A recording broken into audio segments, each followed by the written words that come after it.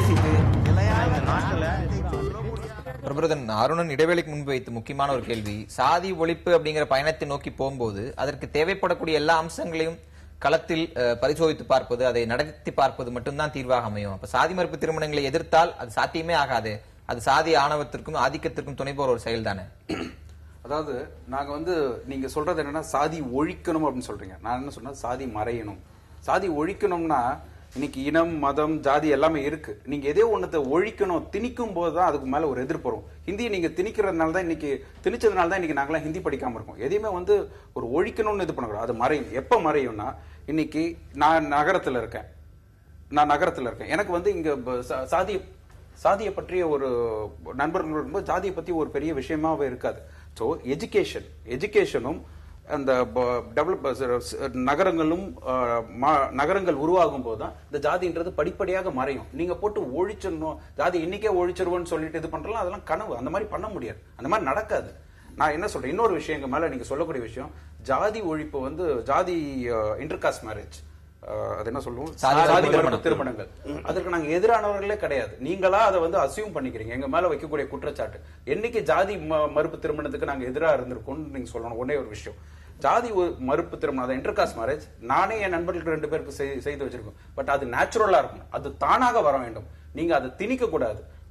இந்த intercaste marriage நடந்தாதான் ஜாதி ஒழியும் நீங்க இது பண்ணீங்கன்னா அது ஒரு திணிப்பு, அது நடக்காது. வேற எப்படி ஒழியும்? இல்ல நான் சொல்றேன், ஜாதி அதுதான் சொல்றேன், எஜுகேஷன், மைக்ரேஷன் டு சிட்டிஸ், இது நகரங்கள் உருவாகும் போது கொஞ்சம் கொஞ்சமா. இன்னைக்கு நான் வெளிநாட்டுக்கு போயிருந்தேன்னா எனக்கு இனம் தெரியாது, மதம் தெரியாது, எல்லாத்தையும் மறந்துட்டு இருப்பேன். இங்க இருக்கும் போது எனக்கு தமிழ் இனம் சொல்லிட்டு அந்த இனத்தை காப்பாத்திட்டு இருப்பேன். சோ இதெல்லாம் நேச்சுரலா மறைய புரியவே இல்லையே. நீங்க இங்க இருந்தாலும் வெளிநாட்டுக்கு போனா ஜாதி மறையும், கிராமத்துல இருக்க சிட்டிக்கு வந்தா ஜாதி மறையும். ஆனா அவங்க ஜாதிக்குள்ளேயே அவங்க கல்யாணம் பண்ணிக்கணும் அப்படின்னா அது எப்படி புரிஞ்சுக்க? இல்ல நான் என்ன சொல்றேன்னா, இப்ப எங்க அப்பா அம்மா இருக்காங்க. எங்க அப்பா அம்மா எனக்கு கல்யாணம் பண்ணும்போது என்னோட சாதியில பார்த்துதான் பொண்ணை கல்யாணம் பண்ணி வைக்கிறாங்க. நான் என் பையனுக்கு கல்யாணம் பண்ணும்போது எனக்கு அதை பத்தி கவலையே கிடையாது. அவன் யார வேணா கல்யாணம் பண்ணிக்கலாம். ஆனா அது எதுக்கு நான் சொல்றேன்னா, அதற்காக நான் என் தாய் தந்தையோட எங்க அப்பா அம்மாவோட நான் ரொம்ப உயர்ந்தவன் கிடையாது. என்னை விட உயர்ந்தவர்கள் அவர்கள். நான் சொல்லிடுறேன். அதனால இதை வச்சு மட்டும் ஒருத்தரோட எடை போடக்கூடாது. அது நேச்சுரலா நடக்கணும். சரி, இல்ல நான் சொல்லிடுறேன். இன்னொரு விஷயம், நீங்க சொல்ல வந்த விஷயம், இந்த தர்மபுரி இன்சிடென்ட் பத்தி நீங்க எங்க மேல தர்மபுரியில இவ்வளவு வழக்குகள் இருக்கு அந்த மாதிரி அவர் கேட்டார். அதுக்கும் நான் சொல்லிடுறேன். இந்த விஷயத்த தர்மபுரியில நடந்து 2 சமுதாயத்திற்கு நடுவில் ஏற்பட்ட ஒரு பிரச்சனை ஏற்பட்டுச்சு. இது எப்பயுமே எல்லா இடத்துலயும் நடக்கிற விஷயங்கள் இது நடக்கக்கூடாது. இந்த பக்கத்துல கிடையாது. ஏதோ என்னைக்கோ ஒரு நாள் நடந்துச்சு அந்த மாதிரி ஒரு இன்சிடென்ட். அப்ப நடந்தப்ப அது ஒரு சமுதாயம் மட்டும் கிடையாது, அனைத்து சமுதாயங்களும் இருந்தாங்க. அது எதனால நடந்துச்சுன்ற நம்ம ஆராய்ந்து பார்க்கணும். நீங்க 2 சமுதாயத்துக்கு நடந்த கலவரம்னு சொல்றீங்க, ஆனால் ஒரு சமுதாயத்தினர் மற்றொரு சமுதாயத்தினர் தாக்கினாருங்கிறதான வழக்கு பதிவு சொல்றேன். அதான் சொல்றேன். அந்த நீங்க சொல்லக்கூடிய சமுதாயம், ஒடுக்கப்பட்ட சமுதாயத்து மேல் தாக்கப்பட்டார்கள் சொல்றீங்க. முதல் நாள் பத்திரிகையில 30 வீடுகள் அடித்து நொறுக்கப்பட்டதுன்னு வந்துச்சு. ஆனால் அதற்கப்புறம் அது 300 வீடுகளாக மாறுச்சு. எப்படி மாறுச்சுன்றதை நான் சொல்றேன். இன்னொரு விஷயம், எதற்காக அது நடந்துச்சு அப்படின்னா, ஒரு இன்டர்காஸ்ட் மேரேஜ் கல்யாணம் பண்ணிட்டு போறாங்க. அந்த பொண்ணோட அப்பா தற்கொலை பண்ணிக்கிறார். அந்த பொண்ணோட அப்பா தற்கொலை பண்ணிக்கிறார். எதற்காக தற்கொலை பண்ணிக்கிறார்? அந்த சம்பவங்கள் ரொம்ப வெளியே போயிட்டு இருக்காங்க. சொல்லிடுறேன். தற்கொலை பண்ணிக்கிறேன். ஏன் தற்கொலை பண்ணிக்கிறேன்னா, தன்னோட பொண்ணை இன்னொருத்தர் கல்யாணம் நிறைய விவாதிச்சிட்டோம் பிரபரதன். இல்ல நான் சொல்லிடுறேன் அந்த விஷயத்த. சோ இந்த கட்ட பஞ்சாயத்து இந்த இதுல அவமானம் ஏற்பட்டு காசு கொடுக்க முடியாது, தற்கொலை பண்ணிக்கிறேன். அதுல போகக்கூடிய ஒரு நீங்க சொல்றதுதான் வருது, அந்த அவமானம் இதெல்லாம் தான் நம்ம பேச போறோம். ரொம்ப நேரம் போனாங்க, தவறு நடந்துச்சு, அதை நாங்க இது பண்ணல, அது தவறு நடந்துச்சு. ஆனா அது ஒரு சமுதாய பிரச்சனையா வரக்கூடாதுன்னு சொல்லிட்டு மருத்துவர் ஐயா. அடுத்த கேள்வி திரு அருணன், ஒரே நிமிஷம். திரு அருணன், திரு அன்புமணி ராமதாஸ் அவர்கள் வைக்கக்கூடிய குற்றச்சாட்டுக்கு திரு வைகோ அவர்கள் திமுக வைக்கிற குற்றச்சாட்டு போல அன்புமணி ராமதாஸ் அவர்கள் வைப்பதற்கும் வைகோ அவர்கள் வைப்பதற்கும் எதுவும் வேறுபாடுகள் நீங்க பாக்குறீங்களா? இல்ல, அவரு முதல்ல அவருடைய நிலைப்பாடு சரிங்கிறாரு, அப்புறமேல உண்மை காரணம் என்னன்னு சொல்லுங்க அப்படிங்கிறாரு. அது ஒண்ணுக்கு ஒரு முரணா தெரியுது. அதை விட எனக்கு நான் எழுப்பிய அந்த கேள்விக்கு சரியான பதில சொல்லல நண்பர்.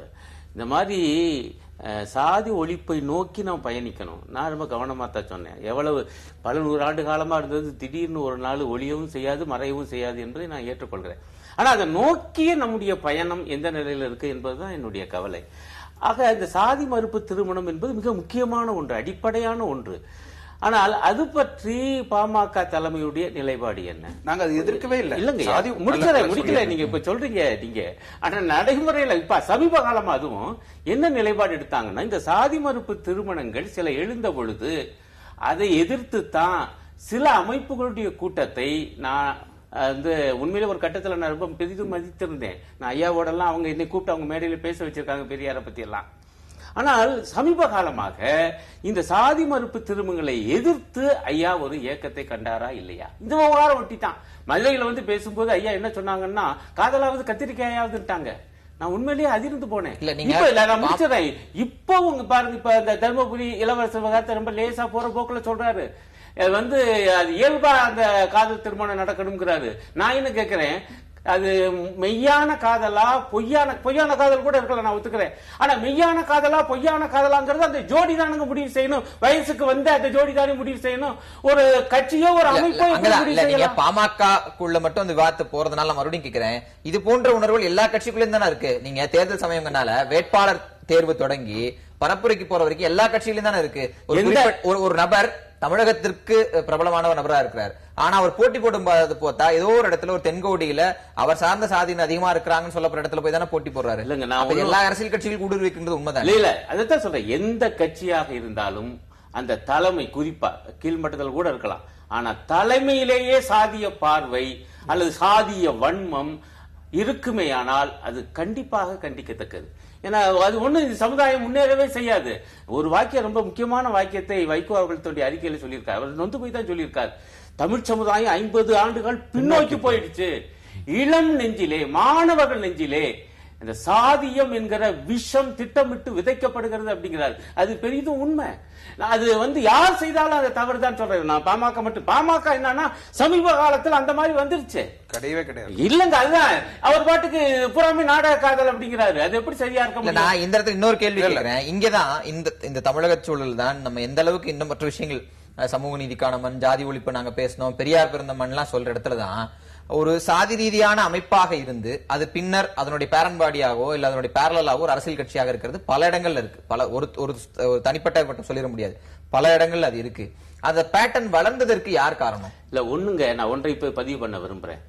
ஒரு பட்டியல் சாதி இனத்தவரோ அல்லது பிற்படுத்தப்பட்ட சாதி இனத்தவரோ அவங்க வந்து ஒரு சங்கம் அமைச்சு அவங்களுடைய உரிமைகளுக்காக போராடுவதை நான் தவறு என சொல்ல மாட்டேன். ஆனா என்ன நிலைமை இப்ப சமீபத்தில் வந்திருக்குன்னா, தங்களுடைய உரிமைக்கு அவர் கேட்டார்ல அந்த இடஒதுக்கீடு, அது மிகவும் பிற்படுத்தப்பட்ட இடஒதுக்கீடு என்ற முறையில் அது வந்தது, அதெல்லாம் நாங்க ஆதரிச்சோம். ஆனா என்ன ஆச்சுன்னா, தங்களுடைய நியாயமான உரிமைகளுக்காக குரல் கொடுப்பது என்பதை தாண்டி வேறு சில சமூகத்தினரை எதிரியாக பாவிக்கிற அல்லது அவர்கள் மீது பகைமை உணர்வை ஊட்டுகிற வேலையை ஒரு சாதி அமைப்பு செய்யும் போது அது மிகப்பெரிய ஆபத்து. அதை நோக்கி தமிழகம் செல்கிறதோ என்றுதான் இப்ப நமக்கு கவலை. பாரதி, இது போன்ற சம்பவங்களில் நிலைப்பாட்டை எடுத்து அது கொடுத்து விவாதத்திற்கு உள்ளாக்குவது அப்படிங்கறதுல இருந்து அதிமுக தன்னை வெகு தூரம் தள்ளி நிறுத்தி இருக்கின்றதுதான் யதார்த்தம். இது மீண்டும் மீண்டும் சாதி குறித்த பார்வை வெளிப்படுத்தினால் அது வாக்கு வங்கியில் பிரதிபலிக்கும் அப்படிங்கிற அச்சமா அல்லது வேறு வகையான பார்வையா? இல்ல, அதாவது தத்துவார்த்த ரீதியாக இவர்கள் சொல்லுகின்ற கொள்கைகளை செயல்படுத்துகின்ற, நடைமுறைப்படுத்துகின்ற இடத்துல அனைத்து இந்திய அண்ணா திராவிட முன்னேற்ற கழக அரசு இருந்திருக்கிறது. அதைத்தான் நான் 69% இடஒதுக்கீடு நான் சொன்னேன். சமூக உங்களுக்கு பொருளாதார சமநிலை வருகின்ற போது சாதியம் தானாக விடுபட்டு போடுங்கிறத அடிப்படையில தான் சொல்றேன். இன்னைக்கு இவ்வளவு கொள்கைகளையும் சித்தாந்தங்களையும் பேசுகின்ற இந்த கம்யூனிச இயக்கங்கள் அவர்கள் வீட்டிலே நடைபெறுகின்ற திருமணத்துல என்ன செய்யறாங்கன்னா அதை அவங்களுடைய பார்வைக்கு விட்டாரு. அவங்களும் கூட சாதிய கட்டமைப்புக்குள்ள இருந்துதான் பண்ணிட்டு இருக்காங்க. அதை தாண்டி கம்யூனிஸ்ட் சித்தாந்தங்களை தாண்டி பிடிக்கிற நீங்கள் செய்கிறீர்களா என்றால் இல்லை. நான் சொல்ல விரும்புறேன். ஏன்னா நானும்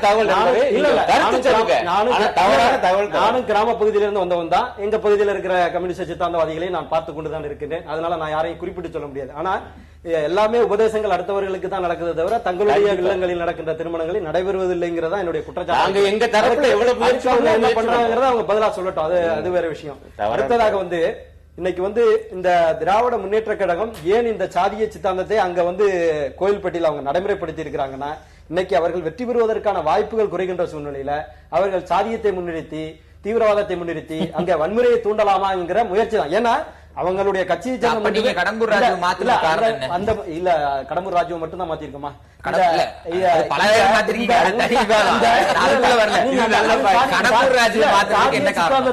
அனைத்து இந்திய அண்ணா திராவிட முன்னேற்ற கழகத்தை நீங்க அடைக்க முடியாது. ஏன்னு சொல்றான்னு கேட்டீங்கன்னா, உக்கம் சந்துங்கிற ஒருத்தரை நாங்க எத்தனை இடத்துல பாட்டிருக்கோம். அது மாதிரி பாத்தீங்கன்னா வடிவேலுங்கிறவரை வந்து வேலூர் தொகுதி முஸ்லீம் இஸ்லாமியர்கள் 30% வாழ்கின்ற மிக அதிகமாக வாழ்கின்ற தொகுதியில வடிவேலுங்கிற ஒருத்தரை நிறுத்தினாங்க புரட்சி தலைவி அம்மா அவர்கள். அப்ப எல்லாருமே விமர்சனம் பண்ணாங்க, இவர் எப்படி வெற்றி பெற போகிறார் இந்த பெரும்பான்மை சமுதாயம் இருக்கின்ற இடத்துல.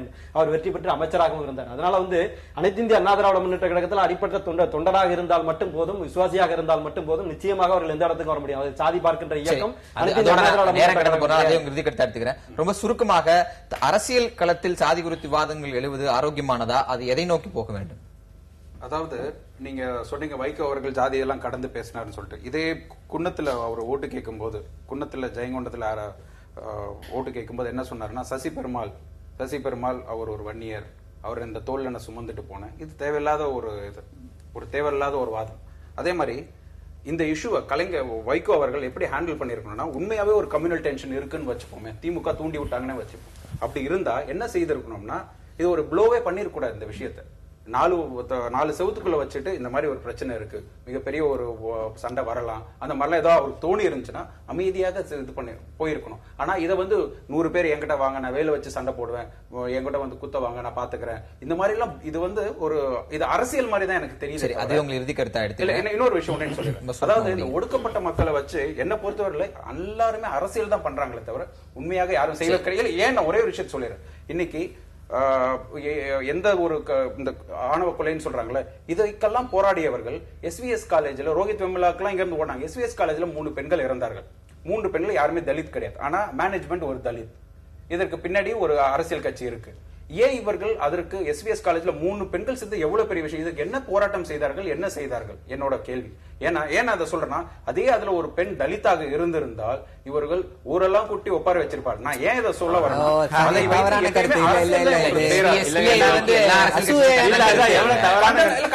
நான் சொல்றேன் ஏன் ஒரு மிகப்பெரிய போராட்டம் பண்ணல. இங்க இருந்து ரோஹித் வெமுலா இந்தியாவே ரோஹித் வெமுலாவை தேடி வந்துச்சு இல்லையா? இன்னைக்கு அந்த 3 பெண்கள் செத்தாங்க, எவ்வளவு பெரிய விஷயம். ஒரு 3 பெண்கள் சொல்ல வேண்டியதுக்கு பதில் SVS கல்லூரியில அந்த படுகொலைகளை கண்டித்து அந்த முழு நிர்வாகத்தின் மீது உரிய நடவடிக்கை எடுக்க வேண்டும் என்று போராடியது மார்க்சிஸ்ட் கம்யூனிஸ்ட் கட்சி.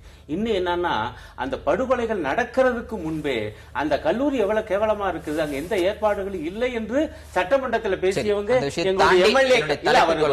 அது முடிச்சுட்டு இறுதியா என்னுடைய வேண்டுகோள் என்னன்னா, ஏன்னா இது ஒரு நல்ல முறையில் இந்த விவாதம் நடந்திருக்கு. அதாவது தமிழ்நாட்டினுடைய இந்த மக்கள் ஒற்றுமை என்பதை அவசியம் நாம பேணணும்.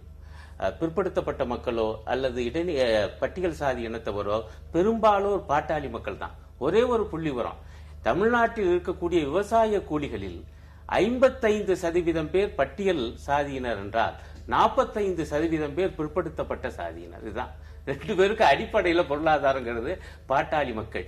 இவர்களுக்கு இடையிலான ஒற்றுமையை பேணுவது என்பது மிக முக்கியம். ஆனால் அந்த ஒற்றுமை என்பது தீண்டாமை இல்லாத, தீண்டாமை ஒழிந்த, அதை நோக்கி செல்லுகிற ஒரு ஒற்றுமையாக அதை அனைத்து அரசியல் கட்சி தலைவர்களும் உருவாக்கணும் என்பது என்னுடைய வேண்டுகோள். நம்ம இன்னைக்கு வந்து ஜாதி அரசியலை பற்றி பேசிக் கொண்டிருக்கிறோம். இப்பொழுதுதான் வந்து செல்வி ஜெயலலிதாவின் பிரச்சார மேடையில வந்து இரட்டை மேடை முறை புதிதாக தமிழகத்திலே வந்து உலக வரலாற்றிலே முதல் முறையாக என்று சொல்ற மாதிரி இரட்டை மேடை முறையை அறிமுகப்படுத்தி அவர் அங்கே ஏதோ ஒரு மேலே உட்கார்ந்து கொண்டு கீழே இவர்கள் உட்கார கூட முடியாம நின்று கொண்டிருந்தார்கள். நேற்று தளபதி மு க ஸ்டாலின் அவர்கள் வந்து காலையில பிரச்சாரம் செய்யறாரு. இதை போல இரட்டை மேடை முறை வந்து இங்கே பின்பற்றப்படுகிறது தமிழகத்திலே அப்படின்னு சொல்லி கூட இருக்க வேட்பாளரை கட்டி தழுவி திமுகவிலே அது கிடையாது, நாங்கள் வந்து அனைவருமே வந்து இதாகி பழகி கொண்டிருப்பவர்கள் அப்படின்னு சொல்லி சொன்னாங்க. உடனே ரியாக்ஷன்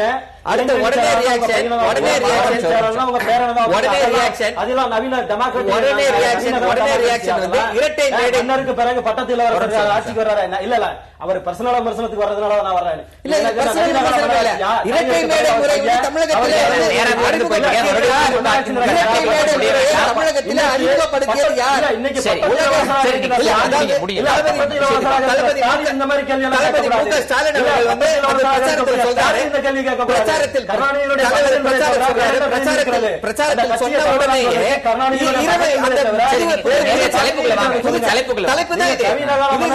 நவீன இரட்டை மேடை பிரச்சாரத்தை தளபதி பிரச்சாரம் செய்த பிறகு இரட்டை மேடை முறை ஒழிக்கப்பட்டு புதுச்சேரியில் நடைபெறக்கூடிய அந்த கூட்டத்தை வந்து என்ன பண்றாங்க அப்படின்னா எல்லாரையுமே மேடையில உட்கார வச்சு நல்லா போயிட்டு விவாதம்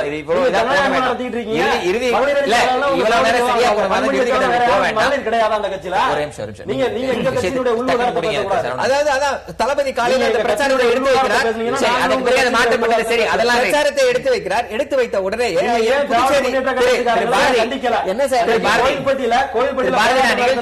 நேரம் கடந்து போயிட்டு இருக்கேன், அனுமதிக்கப்பட்ட நேரத்தை கடந்து போயிட்டு இருக்கேன். பாரதி அவருக்கான நேரம் நீங்க இறுதி கட்ட பதிவு செய்யும்போது அவர் எதுவும் சொல்ல அது அவருக்கான நேரம். உங்க மேல குற்றச்சாட்டு அதுக்கான நேரத்தை தர கொஞ்சம் காத்திருங்க. அந்த சொன்ன தளபதி மு.க. ஸ்டாலின் அந்த குற்றச்சாட்டை எடுத்து வைத்து தாண்டி வாங்க. அது புதுச்சேரியில வந்து அந்த முறை ஒழிக்கப்பட்டு எல்லாரையும் மேடையில கூப்பிட்டு உட்கார வைக்கிறாங்க. ஆகவே எதுவாக இருந்தாலும் தமிழகத்தின் தலையெழுத்து ஒரு சின்ன விஷயமாக இருந்தாலும் அதை நிர்ணயிக்கக்கூடிய சக்தி திமுக தான். ஆகவே ஜாதி மறுப்பு என்ற நோக்கத்தை இலக்கை வந்து திமுக கழக ஆட்சியை வந்து திமுகவிடமிருந்தும் அதே திமுக தலைவரிடமிருந்தும் ஆணவ படுகொலை குறித்து ஒரு தெளிவான அறிக்கை, அதிகாரப்பூர்வ அறிக்கையும் விரைவில் எதிர்பார்க்கலாம். இல்ல இரட்டை மேடையை எதிர்த்து எல்லாரும் பேசியிருக்காங்க. அது சமூக வலைத்தளங்கள் மிக தீவிரமா எங்களுடைய அன்பு தலைவர் வைகோ அவர்கள் இந்த தேர்தல் களத்தில் இருந்து வேட்பாளராக இருந்து விலகி இருப்பது திமுகவினுடைய திட்டமிட்ட ஒரு சாதிய மோதலை உருவாக்குகிற சூழலில் சிக்கிக்கொள்ளக்கூடாது என்பதற்காகத்தான் அந்த தேர்தலிருந்து வெளியில வந்திருக்காங்க. அதற்கு மற்றவங்க என்ன சாயம் பூசினாலும் என்ன கருத்துக்களை சொல்ல அவங்களுடையது. ஒன்னே ஒன்று மட்டும் நான் சொல்ல, பாமகவுடைய நண்பர் பிரபு அவர்கள் பேசுகிற பொழுது பாமகவினுடைய ஒரு முகத்தை மட்டுமே வெளிச்சம் போட்டு காட்டுவதற்கான வாய்ப்பா இதை பயன்படுத்தினார். அவருடைய மறுமுகத்தை பார்க்கல. ஒரு கட்சியினுடைய அதுக்கு பதில் சொல்லணுங்க. ஒரு கட்சியினுடைய கூட்டத்துல கட்சி கொடியும் பறக்கும், வன்னியர் சங்கத்தினுடைய கொடியும் பறக்கும். காடு வெட்டி குரு பேசிய பேச்சுக்களை நீங்க தனி ஒரு விவாதமா வைக்கலாம். அவர் பேசிய பேச்சுக்கள், நீ அந்த ஜாதி நீ ஒரு வன்னிய நாடா, அவங்க எப்படா பேசலாங்க செய்திகளா பதிவுகள் இருக்கு. அந்த பதிவுகள் வருகிற பொழுது அப்படி காடு வெட்டி குரு என்பது சாதி ஆணவத்தோடு பொதுக்கூட்டங்களில் பேசுகிற பொழுது கைதட்டி மகிழ்ந்தவர் தான் டாக்டர் ராமதாஸ் அன்புமணியம். உண்மையான முகம் அதே கட்சியோடு நீங்க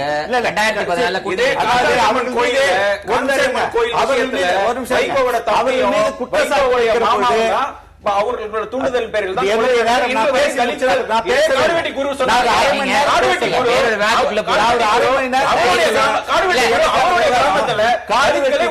அவரே கொண்டு போய் மாலை போட்டிருக்கார்.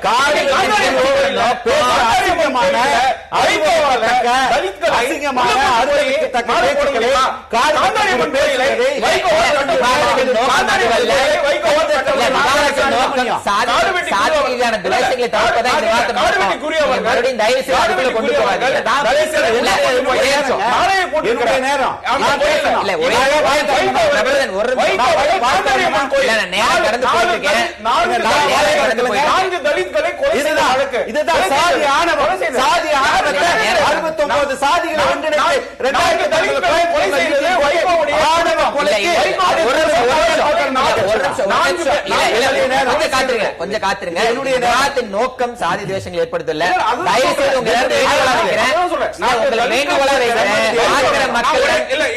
மக்களிடம் அடுத்த கட்ட துவேஷங்கள்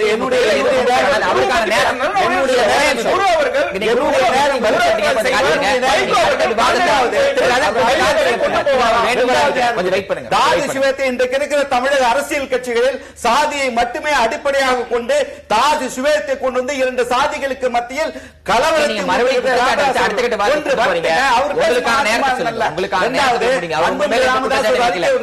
ஆணவ கொலையை பத்தி பேசுகிற பொழுது ராமதாஸ் வந்து இதெல்லாம் பெரிய செய்தி பேசுறேன், இதெல்லாம் ஒரு செய்தியா என்று ஆணவ கொலையை பற்றியே பேசுவதற்கு முடியாமல் எழுந்து போனார். அந்த சொல்றேன் காதலை சேர்த்து வைக்கிறாங்க.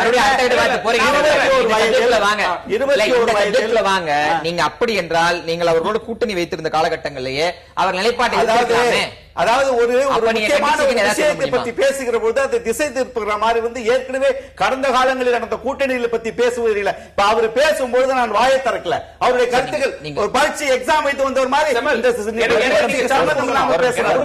அதாவது அன்புமணி சொல்றாரு 21 வயது நேரம் கடந்து போயிட்டு இருக்கு. அன்புமணி ராமதாஸ் சொன்னது ஆணவ கொலைக்கு அவர் பேசுகிற பொழுது நிறைய பேசிட்டோம். திரு அருணனும் அதே கேள்விதான் கேட்டாரு. என்னுடைய கருத்தை நான் வைக்கல, எனக்கு நீங்க வாய்ப்பு கொடுக்கல. அருணன் கேட்ட அதே கேள்விகள் தான் மறுபடியும் அந்த பதில் இல்ல. அன்புமணி சொல்றாரு காதல் வருவதற்கு வயசு ஃபிக்ஸ் பண்றாங்க. இல்ல ரொம்ப சுருக்கமா பண்ணீங்க, எனக்கு நேரம் கிடையாது. இல்ல இப்ப அவர் குருவை பத்தி சொன்னதனால ஒரே ஒரு இல்ல நான் எனக்கு பேசவே நீங்க வாய்ப்பு கொடுக்கல. எனக்கு இறுதி கருத்தே சொல்ல. அப்ப உங்க இறுதி கருத்துக்கு நான் நேரம் தர்றேன். ஆனா நீங்க அடுத்த கட்ட வார்த்தை நோக்கி போனீங்கன்னா இயற்கையாக எனக்கு நேரம் கிடையாது. எனக்கு நேரம் கிடையாது. அவர் உங்க மேல நீங்க புது குற்றச்சாட்டு தான் துவங்குறீங்க. புது குற்றச்சாட்டு அவரு பேசிய பேச்சுடைய மறுமுகத்தை நான் அதோட முடிச்சுக்கலாம். ரொம்ப சுருக்கமா உங்க கருத்தை முடியுங்க. இல்ல அவர் சொன்னதுக்காக சொல்றேன். குரு அவர்கள் பேசிய பேச்சுன்னு சொன்னாரு. இதே உங்களுக்கு ஒரு கொண்டு போறாதீங்க. நீங்க குரு அவர்கள் தன்னுடைய சொந்த கிராமத்தில் தலித்களை எல்லா கோயிலுக்குள்ள கொண்டு போய் மாலையெல்லாம் போட்டிருக்கார். காந்தாரி அம்மன் கோயிலை வைகோ அவர்கள் கட்டி தலித்களை உள்ளே கொண்டு போவாரா? ஒரு கேள்வி. காடுவெட்டி குரு அந்த கூட்டத்துல அந்த மாதிரி சாதி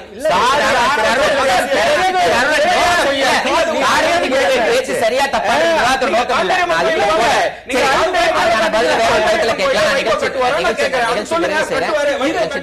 நேர்பட பேச நிகழ்ச்சி மீண்டும் நேர்பட பேச மாதிரி சந்திக்கலாம்.